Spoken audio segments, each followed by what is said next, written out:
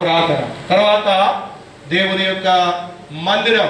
మూడవదిగా మన పిల్లలతో సహా ఎక్కడ ఉండాలి? దేవుని ఇంటిలో ఉండాలి. ఎందుకు అంటే దేవుని ఇంటిలో బైబిల్లో రాయబడింది, సమూయేలు దేవుని స్వరమును వినేది.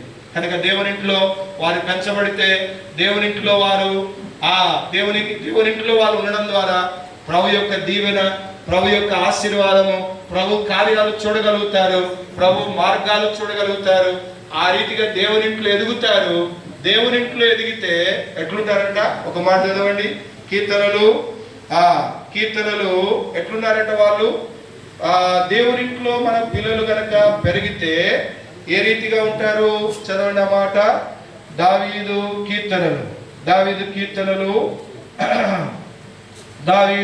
కీర్తనలు దేవునింట్లో ఏ రీతిగా ఉంటా ఉన్నారు? 144:12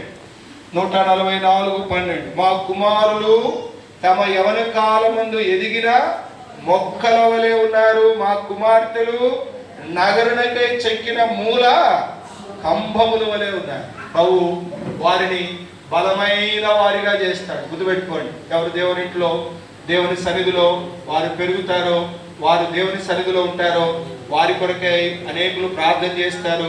ప్రభు ఇంట్లో వారు దీవించబడతారు. ప్రభు ఇంట్లో వాళ్ళు ఏం చేయబడతారో? ఆశీర్వదింపబడతారు. కనుక దేవుని వాక్యంలో ఉంది కదా, సియోనులో నుండి యెహోవా నిన్ను ఆశీర్వదించును. కనుక మన పిల్లల మీద కూడా దేవుని ఆశీర్వాదం ఉండాలి అంటే దేవుని ఇంటికి మన పిల్లలు అంటుకట్టబడిన అనుభవం ఉండాలి ఖచ్చితంగా.